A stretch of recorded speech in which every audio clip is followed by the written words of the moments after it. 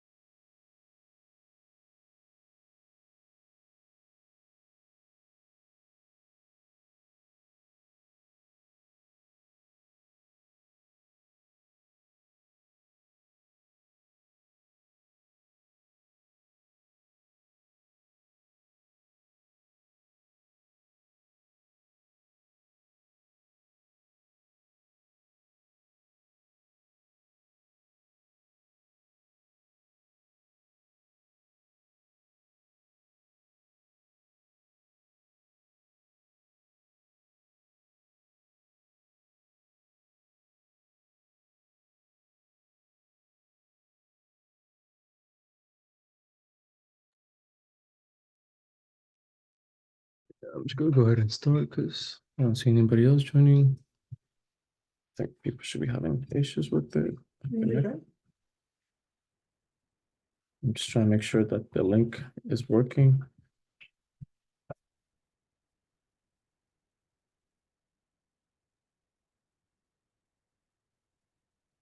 They're gonna serve there.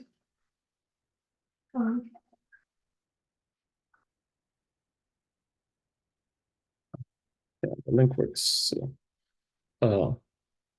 it's all right. I just gotta start. It's already recording. Go back here. All right, what's up, everybody? Whoever is here. Welcome to the Wholesale Mastery Analysis meetup. So this is hosted every week, Monday, Wednesday, Fridays. Due to the holidays coming up, there will be some changes on those events coming up. If it's your first time, welcome. If you've been attending quite a few of them on these, welcome back again.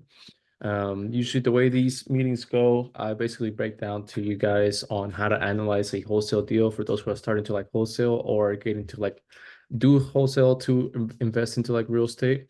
But it's pretty simplified, so that way you guys are able to understand a lot of the numbers, because analysis paralysis is the number one thing a lot of wholesalers do get stuck into when it comes to finding like a deal, or they have like a local person that is like trying to sell a property and they happen to get it like under contract for whatever reason, and they ended up getting rejected from a lot of buyers. So this is basically that phase of knowing where you should be buying your property or getting it under contract for. So that way, whenever you bring it over to your buyers, you do have basically there's a profit option as well for you as well too. And it's not going to be like a very low option, but again, it depends on where your numbers do stand. And if it's an off-market property, or if it's a on-market property as well too, because I've done some on-market properties myself, and then there's been some off-market as well too. So there's two different ways to like analyze those, but at the end of the day, it's all about how simple it is to like understand on everything from there. So to start the show, we're just going to get started. I'm going to be sharing my screen for you guys. We are going to leave the Q&A for afterwards. And so that way, if you guys do have any questions, just write them down somewhere, and then we'll come back to them at the end of the meetup.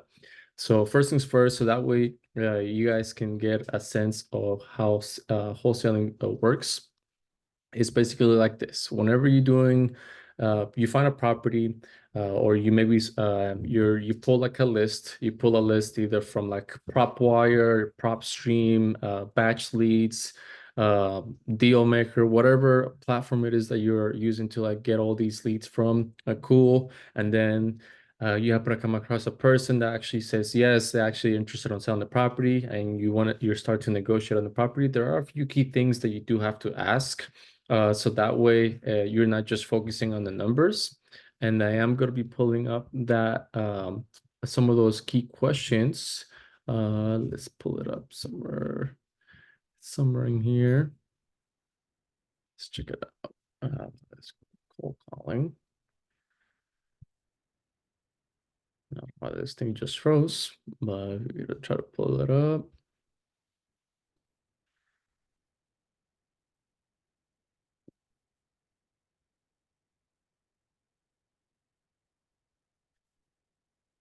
Okay, so it doesn't want to pull up whatsoever.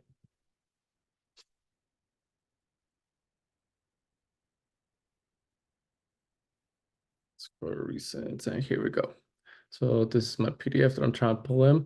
So whenever you are reaching out to a seller, you basically do have to ask a few questions, so that way you can understand like what's motivating them. So get the motivation out of them. You do have to ask about the property's condition as well too, especially if you're doing like virtual wholesaling, where virtual wholesaling you basically are calling other sellers from out of the state that you're located at. So there are a few key things. So number one is always going to be the property's condition. So whenever you reach out to a seller and they happen to ask, well, how much are you offering for my property? Is I hate to say this word, but it all really depends. Well, what does it depend on? Well, what's the property's condition? Like, is the square footage the same? Have you added more square footage? Have you done put a lot of money into the house where you added, upgraded? What is it that how you've been doing? What's the condition of the property? So this cold calling script of questionnaires that you should be asking before you give out the number, because whoever gets out the number first is basically going to be losing. Then by all means, you're going to put yourself in a losing position, because again, you are going to be bringing a number that is not really going to make sense. It's going to make sense for the seller because they're going to get the most out of you. But then whenever you present that deal to a buyer, they're going to start hitting you with like some lower numbers. Another thing that it does come to in mind when doing a lot of numbers is also repairs. Repairs is also another thing that you got to estimate how to go through it. But we'll get that in a second. But first things first is all about asking questions. And again, finding the biggest thing, which is going to be the motivation and the urgency. How urgent are they interested on getting like out of the property, out of the deal? Do they need the money right away, or they're okay on waiting? If they're okay on waiting because you found a property that if you happen to go to Zillow and you do for sale by owner properties and it's been sitting for like 180 days, then they probably don't have a lot of motivation. So all the offers, everybody who's been reaching out to them for the last 6 months are probably just giving some crazy numbers, and they're like fed up, but they're bottom out, and whatever the price is on there, then that's the bottom, that's the number that they're willing to go to the bottom. So motivation is definitely one of the key things, and of course asking the property's condition and getting to know what's going on, but also setting the expectation of how it is, how your process goes. So besides asking what the seller is, the expectations of what you do is include like the closing time, also the inspection, because sometimes you're going to come to sellers that they don't want any contingencies whatsoever. So they're gonna neglect deny all of these things that you do require, so that way you have some time to save yourself to find like a buyer that is willing to pay the price that you're willing to sell the property for. And of course, there's going to be some objections that they're going to hit you with. And one of them as well too, if they happen to come up with that number first, how did they come up with that number? So there's a lot of things that you got to understand as wholesaling, where you have to take a few specific steps before bringing that number in. But the analysis paralysis and why this meeting is set up is basically to go over the numbers. So these are going to be some of the numbers that we are going to be going through. So first things first, let's see, let's go. So first things first, we are going to go over basically ARV, and what ARV is after repair value. Again, this is basically what the property is going to be valued at once your end buyer happens to fully update the home, which we'll get through repairs in a little second. But do understand that a lot of buyers do things very, very differently. So it is essential for you to know how all your buyers react. But then there's two more most common ones. The two most common ones are going to be the conservative buyer, and then the aggressive buyer. You're also going to have like an odd one that does like some crazy numbers, but we will get through these together in just a second. Let's see here. So let's go back to this. And let me refresh this because something happened over here. What's going on? There we go. All right, cool.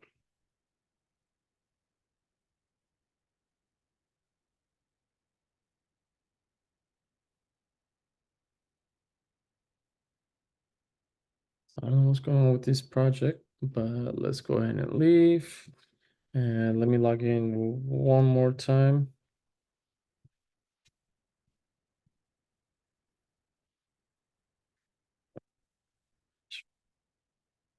CWWCL. All right, let's join this. Let's join this. All right, so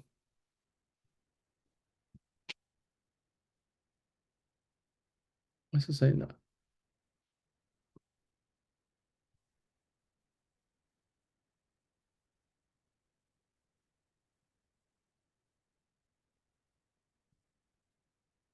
All right, cool. So now I got it.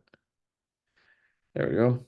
Okay, so first things first is the conservative buyer. So a conservative buyer, they're gonna be basically we're gonna find the ARV, which I'll go through that in a second. Once they find the ARV, they happen to be they wanna basically do the repairs. They do like their own estimates as well too. You can do some estimates as well and just bring that over to them.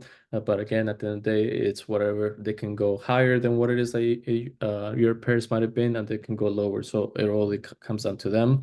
But the repairs, you can always bring suggestions to them as well too.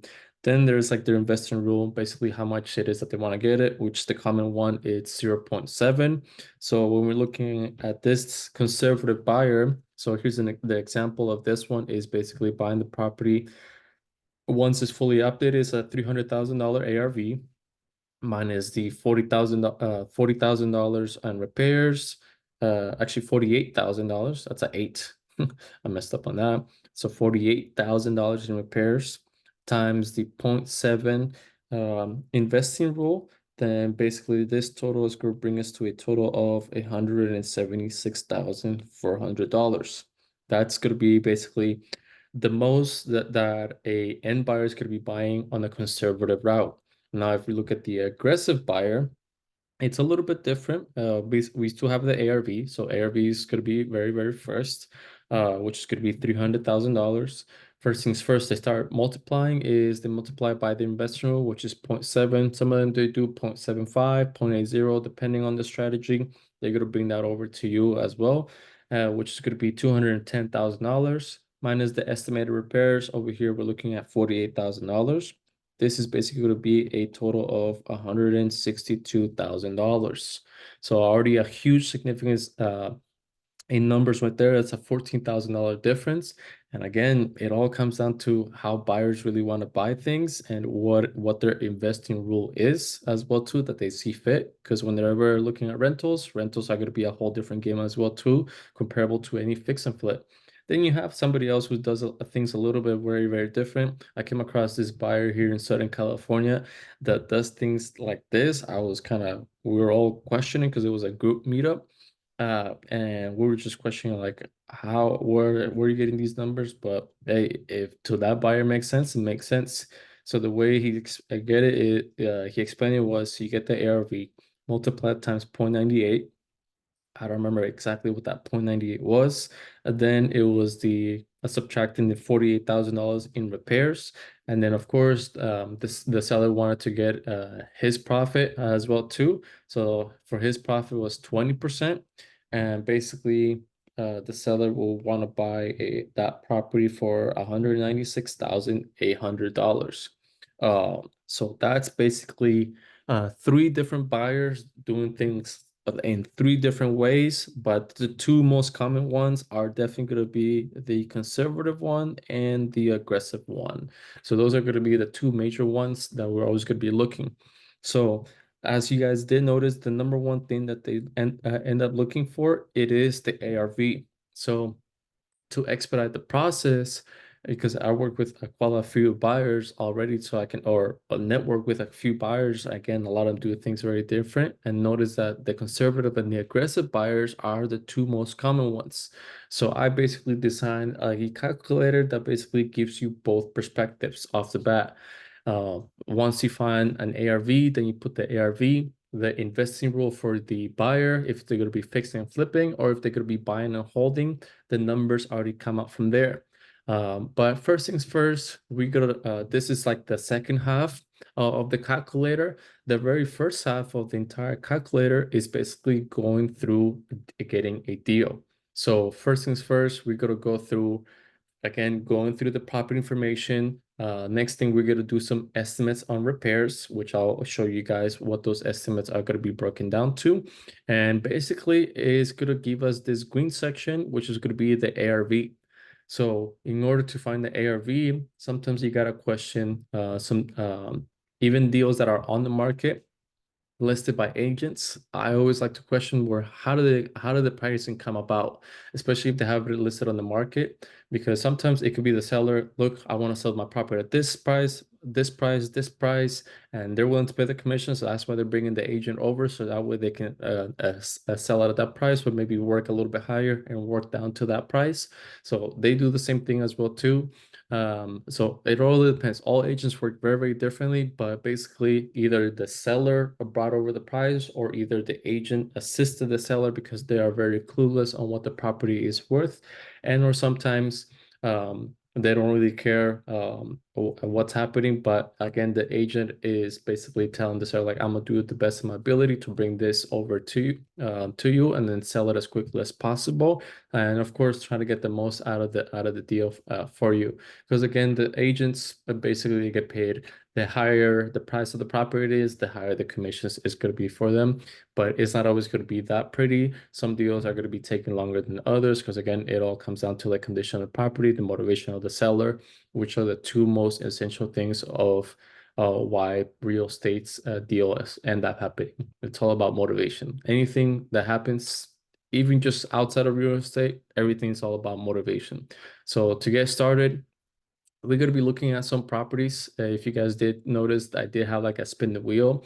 We're going to be analyzing some properties that are on market, just so that we guys can understand what the you guys can understand how basically it goes about going through like the numbers, because again, this calculator is designed for you guys to stop guessing and just start. Just if you're on the phone already off the bat, you put in all the information in, or you don't have to put a lot of information. It's just literally putting in the properties information and what a number it is that's coming out from here. But I'm gonna go through all of it. So let's see what city we end up getting, and I am gonna use I am going to be using free resources. Those free resources that we're going to be looking for in Montgomery, Alabama, are going to be Redfin, Zillow, PropWire, just so as free resources. So right now, let's look at Montgomery, Alabama. Let's see what it is that we can find in Alabama. Go- Was it am I spelling this right? Why isn't it popping up? Indiana, Ohio. All right. So Montgomery, Alabama doesn't Montgomery, Illinois, Indiana.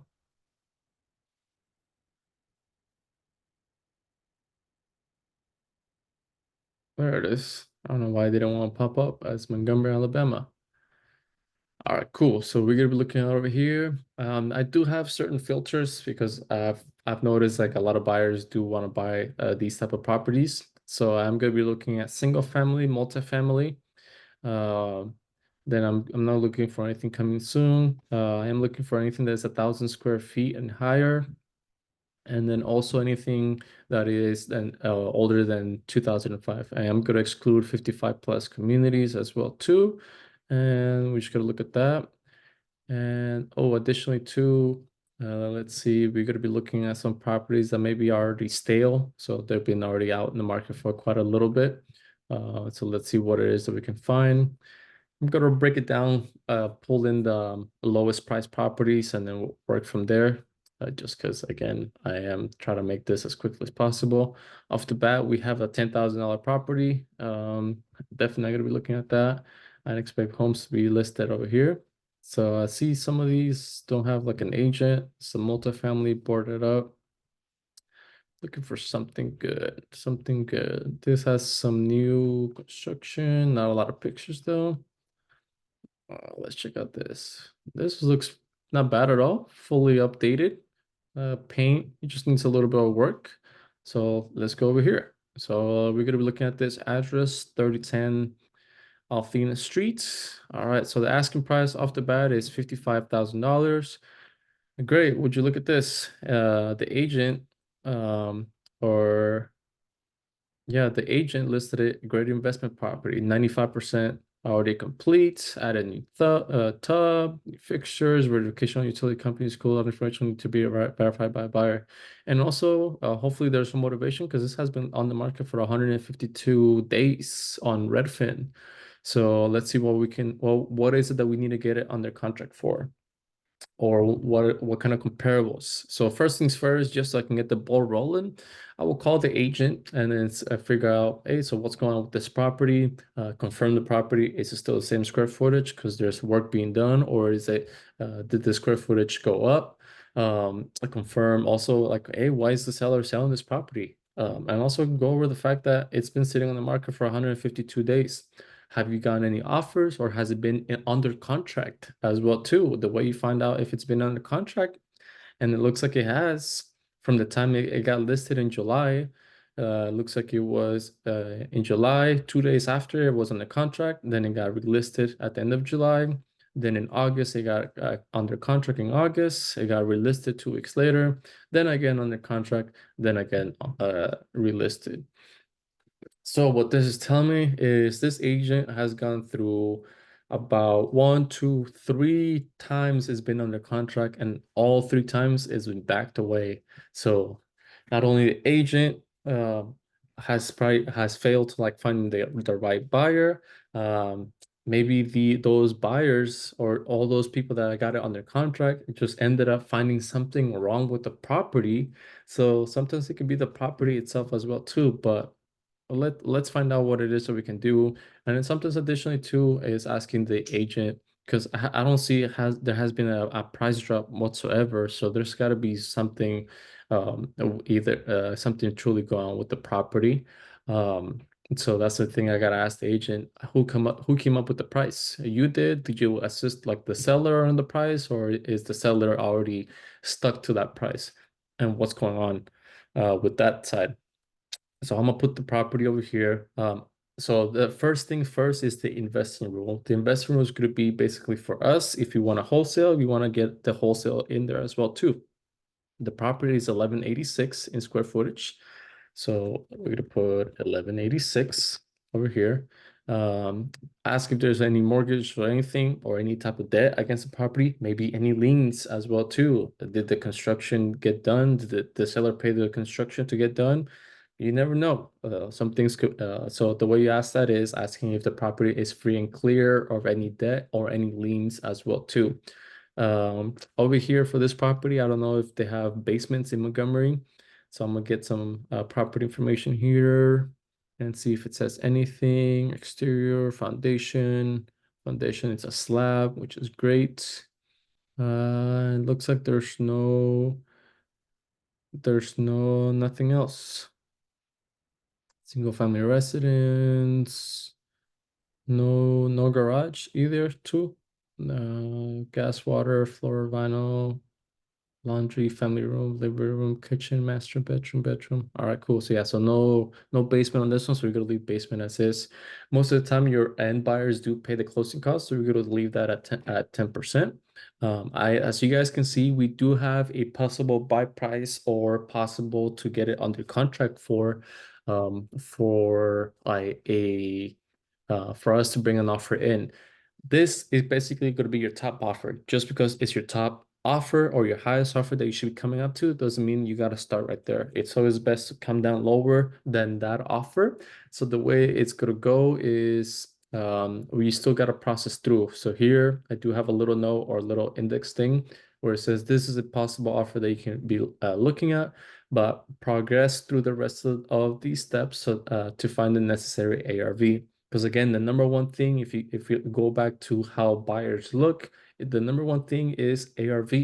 So we gotta find what the ARV is. So if an agent is listing a property at $55,000, and it looks like this doesn't need like a lot of work either.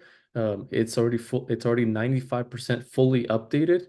So it's all about understanding maybe like some little painting. Definitely the kitchen. So I'm pretty sure they left the kitchen undone. So that's going to be a good $10,000 or $15,000 that we can spend on just on that kitchen. And it looks like the backyard as well too. Maybe even get the you can probably add another unit over here if they allow to do ADUs in Montgomery, because this is a huge backyard and there's already a shed over here. It's going to cost to remove that tree, but or even keep that tree, trim it down, and build like an ADU back there, so that way you have two incomes processing.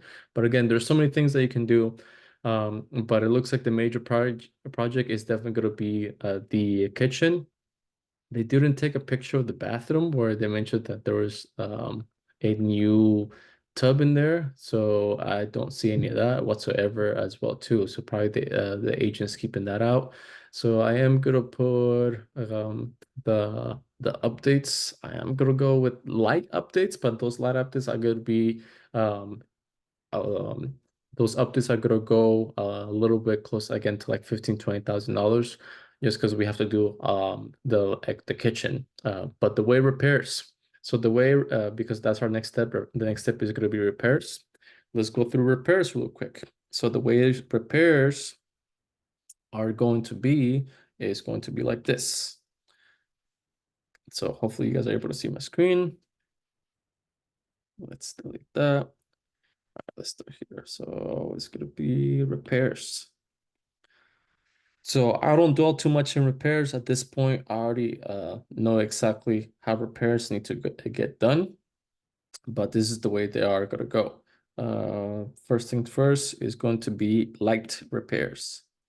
And what light repairs, they do cost between $10 all the way up through $20 per square foot. And those light repairs do consist of carpet, and paint. All right. Sorry, my handwriting is extremely ugly. Next, we have average repairs. I can't spell average tonight. So average repairs. they are gonna cost you between $25 all the way up through $40. Those average repairs are going to include kitchen, paint, floors, bathroom,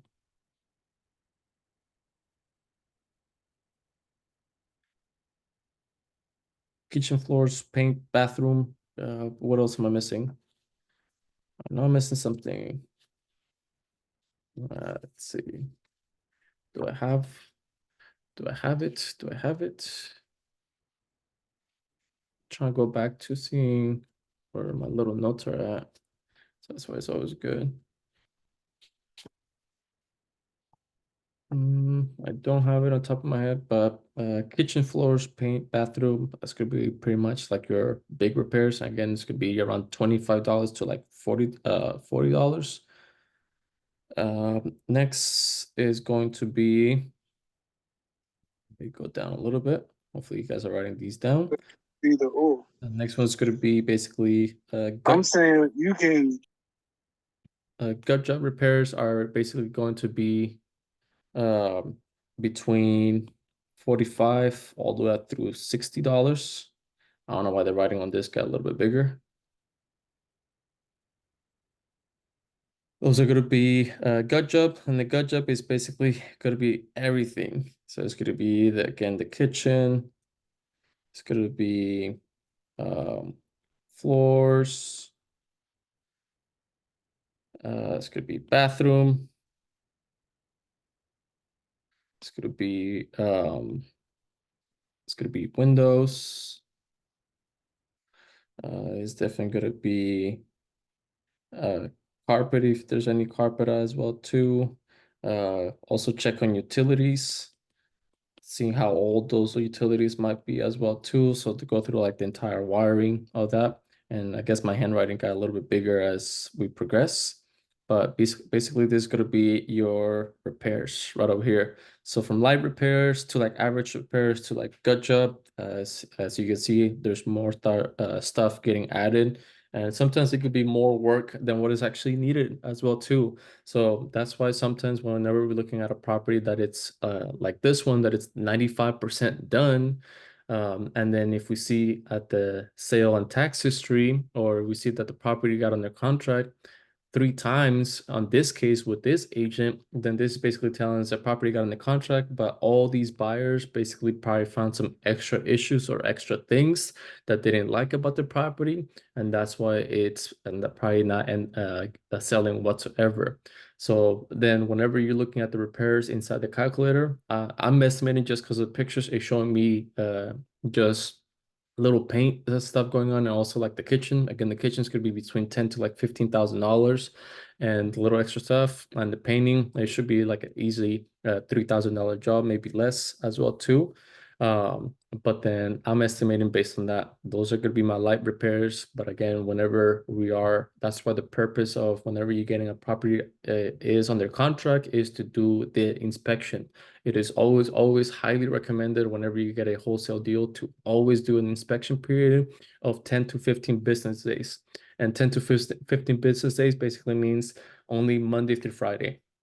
There's no buts, no cuts, nothing to like going around that. It's strictly necessary for you to have that inspection for 2 reasons. One, if you're doing real estate wholesaling locally, it helps you find buyers, but also when you look at the property, you can take pictures as well too, and also set up like your lockbox. If you're doing wholesale virtually, if you want to work with like somebody else or maybe even with the agent to set up like a lockbox or check out the property and have them take pictures. That even helps out significantly, but also gives you the most important thing is the time to find those buyers as well too, which it will be pretty easy to find sometimes buyers, which we'll go through that later on. But this is basically how we're going to do just repairs right now, because I'm not going to dive any deeper. It should be pretty simple. Look at the picture, what it is, go through the list of what it is that we got to go through. The repairs, again, light repairs, 10 to 20, carpet paint, average repairs, $25 to $40 per square foot. We got to add that, and then per square foot. Kitchen floors, paint, bathroom, gut job is going to be a 45 to 60, which could be kitchen floors, carpet, bathroom windows, and utilities if anything else goes from there. So for this one, I'm gonna go based on that. And off the bat, we of course want to think about our investors' profit. Most common one is 20%. If they're doing like a rental, they're buying a rental, it's usually could be like 10%. And all of them are, once you start connecting with buyers, they're gonna tell you like how much that they want. Sometimes they want like a number. They want like 50,000, 60, $80,000 out of a deal. So the more buyers you start connecting with, they're gonna tell you like what it is that they want out of a deal. And so but the thing is, once they start noticing that you're a wholesaler, they want to make sure that you bring a lot of deals as well too. So they're probably going to be persistent on themselves, putting more pressure for you to get more deals, more deals, and more deals. But it's all about, because that's what real estate it's all about. It's literally all about numbers. And that's why we're doing these numbers, because this next step is the needed ARV phase. And basically a calculator is telling you this property that we're looking at right now in Montgomery, it is on market, listed by an agent at $55,000. Basically, what the agent is telling me is if I were to fix this property up, fully up, which it already is, it should be selling around $101,000. I mean, it's already fully updated, so there's not a lot of extra work, but we do have to consider another $23,720 in repairs. So that's getting closer already to that. And of course, you want to get your profit as well too. So you also want to consider that. So for the investor to get their profit, do the repairs, and also add your wholesale fee into it, they gotta sell it later on to $101,000. Then we're looking at if we were to get it under contract at $35,000 and then do all the repairs, basically our buyer and including their profit, they need to sell it around $75,000. So this is the ARV that we need to find. So this basically takes the guessing away on the type of ARVs that we need to find for the deal to work, and then for us to add our wholesale fee into it. So then now that I'm looking at this property, the next phase is basically to be finding comparables. And the way I do it, I duplicate the tab. I go back to where the neighborhood where the property is at. And again, this is going to be Redfin completely for free. So, or if you want to use Zillow, honestly, they're all, as long as it does the job on finding properties, honestly, that's all it truly matters. So let's go back to this $55,000 one, which is right over here. And let's change this to finding comparables. So where was it? Right over here. All right, cool. So now we're gonna look for comparables. Comparables have to be within the last 6 months. There's no ways to go around at that. Anything close like a year, prices have been different. In just the last 6 months, prices have been very different. So it's definitely gonna be a challenge to find that whatsoever. Why is it going back to that? So let's go with 6 months. 6 to 9 months is usually the time frame that we're looking for comparables. Our property subject is over here. We are looking for plus or minus in 1186. So now we're going to look for comparables. Let me note it down over here for you guys. And now we're going to head over to comps. And this is the way comps are going to be. We're going to look for plus or minus 300 in square footage. It's 1, 2, nothing. We're going to look for comps within, let's erase that. Let's put within a half to 1 mile radius. Next is going to be plus or minus 10 years old on the property, and also 2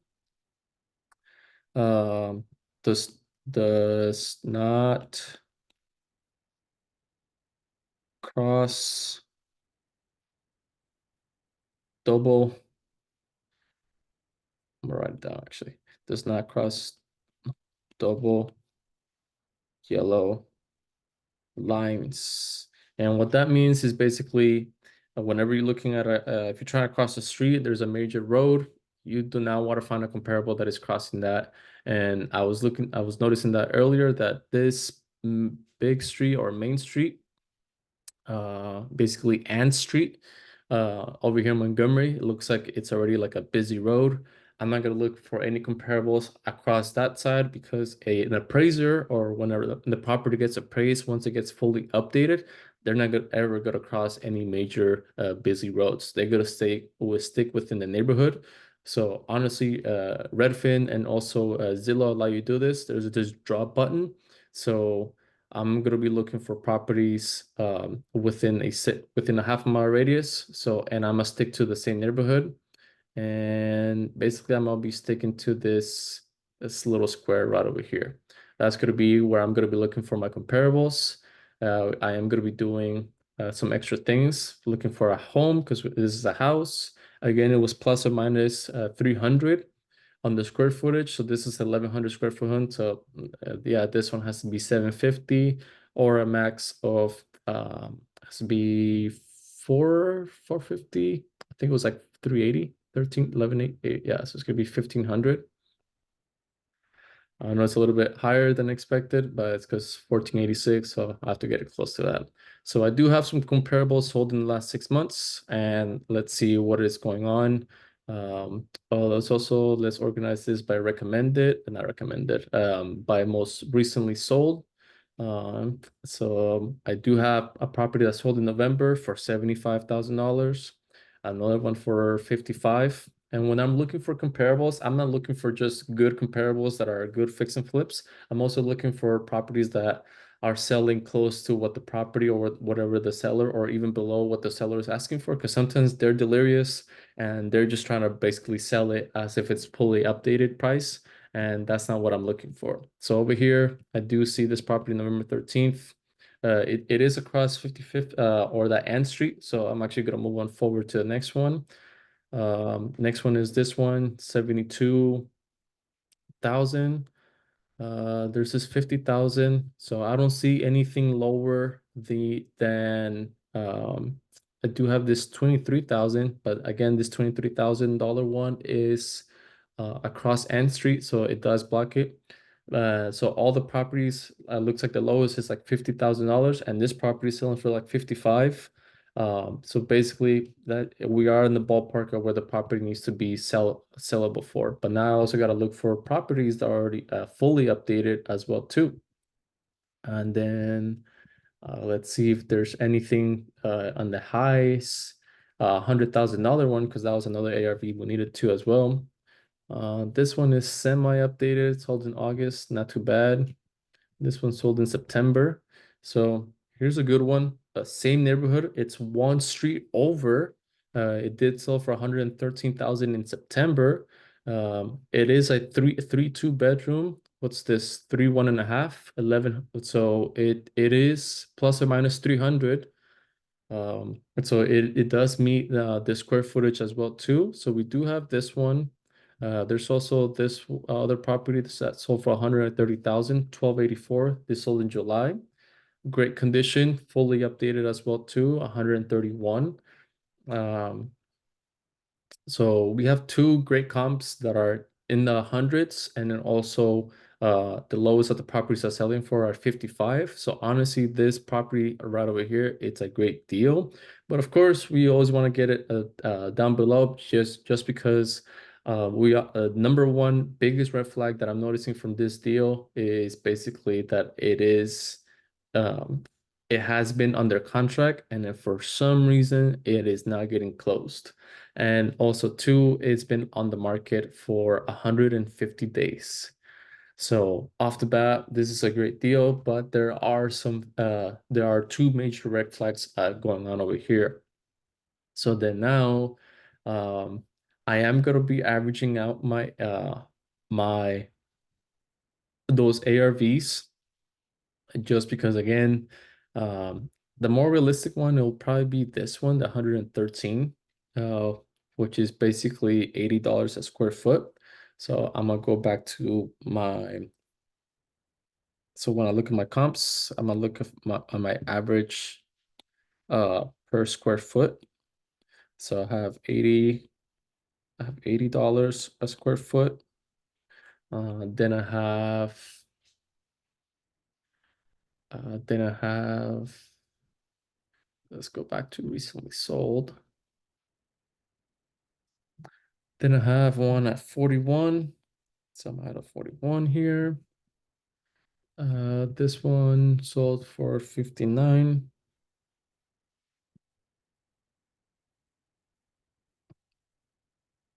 This one as well too. This one sold for another 59. How much for the 99 one? And this one was 71. So with those all together are basically let's see what it can give me. So 80 plus 71 plus 59 plus 59 plus 41 divided by 5. It's going to give me $62 per square foot times the square footage of my property is going to be 1186. So our subject property, so all this is going to, we can sell the property for $73,532. So I'm gonna call it an even 75, just because again, it can probably sell a little bit more than that. So I'm gonna put $75,000. So then now we're getting to the investors. Now, the investors, again, this is where they're going to want to buy it at. Based on the repairs that we're estimating, another basically $25,000. I'm going to try to raise it up to like an even 25. Yeah, so it has to be right there. So then this is basically if we have like a fix and flip buyer, the conservative investor want to buy it around $35,000. The aggressive investor is going to want to buy your contract around $27,000. Again, our offer was at 30, our possible first offer was $35,000. As you can see, it's a little bit higher than both of these. So then again, this is why knowing how much your buyers will end up buying it for, buying your contract for, and buying the property for, this is basically going to tell you all that information. And again, the reason we're doing like this is because of what our comparables are selling it for. Sometimes when you look at the bottom over here on Redfin, or Redfin shows it, it shows you like how much the properties are selling for, or what the average square foot is, because again, that's what you want to base to your ARV from. So your ARV has to be, we found 5 comparables, some of that are sold recently, some of them that are not fully updated, and some of them that are fully updated. We mix both of those and we actually get the average per square foot, which gives us $62 per square foot. So this home can sell for $75,000 minus the which we're close to basically to our purchase price ARV. So, but again, our buyers I bet want to buy it a little below that. So this could be a fix and flip, or maybe if you get like a buy and hold buyer, a buy and hold buyer will definitely buy like a little bit more as well too. So they're gonna buy between 35 to like $40,000, and that's again still your offer to the agent has to be way below that. So again, this is why it is essential for you to know where your buyers would want to buy it at, and then also let them know how much the profit is and what kind of ARVs they need to find for as well too. But basically, the purchase price that your buyers will want to buy it for is you have to get the property under contract. And let's say you get under contract for 30,000, you're gonna find an aggressive investor that is gonna buy at $5,000 more than you, and you're gonna find a conservative investor who's gonna buy it for that $10,000 wholesale fee. So not all wholesale deals are gonna be extravagant, where you're gonna be going way beyond at 15, 30, 50, 60, $100,000. Not all of them are going to be very pretty, but if one deal does the work, that's all that truly matters, because yeah, as long as you're making a cut, that's how it truly should be going from there. But again, the way this is set up is this is helping you identify the asking price or what the seller is asking for. If it's an all market deal, it gives you a range like, look, if we were to buy the property at that price, this is how much we need to flip it for. And that's what ARV is, how much it is that we can flip it for. And once we find the comparables, we'll find what the square footage per the comparables is, then by all means, we're going to find out, it helps us find out where exactly our ARV needs to be at. because some wholesalers, they ended up doing, oh yeah, Mr. Buyer, you can actually sell this property for $113,000. There's a I have one comparable that sold for 113,000 back in September. Yeah, back in September, things were a little bit way different than what they are now as well too. So just having one comparable is not really going to be sufficient enough. They need more information from there. So this is why you have to do your due diligence. As you can see, there's another property that sold over here in July for a little bit more. Another one in July, fully updated 155. But is this a different neighborhood than this side of the neighborhood? Because why are all these selling for $140,000 or more, and all of these are selling for half that price or even less as well too? So these could be two different neighborhoods. So that can also be like a big difference as well too. So that's why you have to stick within the double yellow lines and also within like the same neighborhoods, because you never know what other neighborhoods are going to be like whatsoever. And so that tells you already, just telling an end buyer, yeah, Mr. Buyer, you can sell this property for 130,000 or more easily. And if you put that ARV into there, then by all means, you are going to be finding that. But then if they end up struggling on the deal and it's not a deal that can be solved for that much, then they're most likely not going to want to work with you ever again.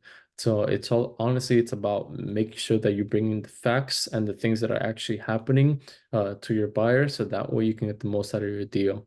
Because again, there are a few of them. I'm looking over here, but they could be honestly very different neighborhoods, because it does not make sense why one side is selling for half the price and the other side is selling for twice as higher, because again, to me, it's all about neighborhoods as well too. So those are little things that I'm noticing, and I'm bringing the realistic stuff to them, because if I were to bring just all these higher prices neighborhoods, then yeah, you could make a bigger deal out of it. And it's up to the buyer, because again, they have to do their due diligence as well too. So it is all up to you on how you want to do things. But as long as I'm bringing 5 comparables that are making the most sense, then that's all I want to do. If it doesn't make sense, then the deal's not meant to be, because again, so far this property has been under contract and no deal has been going through whatsoever. So this is why it's always good to do your due diligence on your own side, and make things realistic as well too. So you have to pay attention to like a lot of things besides just doing numbers. But again, the whole process of this and the purpose of this is to basically teach you guys that you got to do the numbers, but the numbers is honestly the easiest part whatsoever, especially when you have a calculator that is built like this, so that way you can know where your buyers need to be at, because where your buyers will be at is where the answers are going to tell you. And then from there, everything should be falling into place. So don't overthink it whatsoever. If you do guys have a couple of questions, just you can always reach out to me. And again, if you want to use the calculator, just head over to my website, eltonvargas.com, and then use coupon code not gatekeeping. Again, that's coupon code not gatekeeping. All of it is together. Capitals, no capitals, doesn't really matter. And you're going to end up getting the ARV calculator. You have access to the ARV calculator page, and also the complete rental calculator as well too. So all of it will be available right there for you guys. But again, if you do have any questions, um, just reach out to me, and there it is. There's the complete rental. So that way, if you need to do a rental analysis because you found a rental property, it's all broken down right here, from expenses, analysis, cap rates, cash on cash, cash flow, debt service, break even time frame.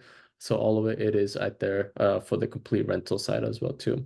So any questions, you guys let me know. Let me stop sharing over here.